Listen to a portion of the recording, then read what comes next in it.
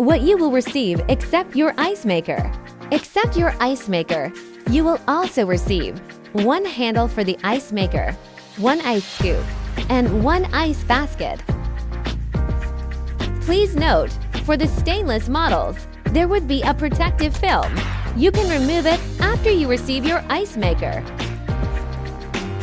How to install the ice maker handle? First, please attach one side of the handle to your ice maker, then install the other side in place. How to use your ice maker? First, please open the top cover and take out the ice basket. Then pour potable water into the water tank until the water level reaches the max mark. After powering on the product, the power indicator will be red.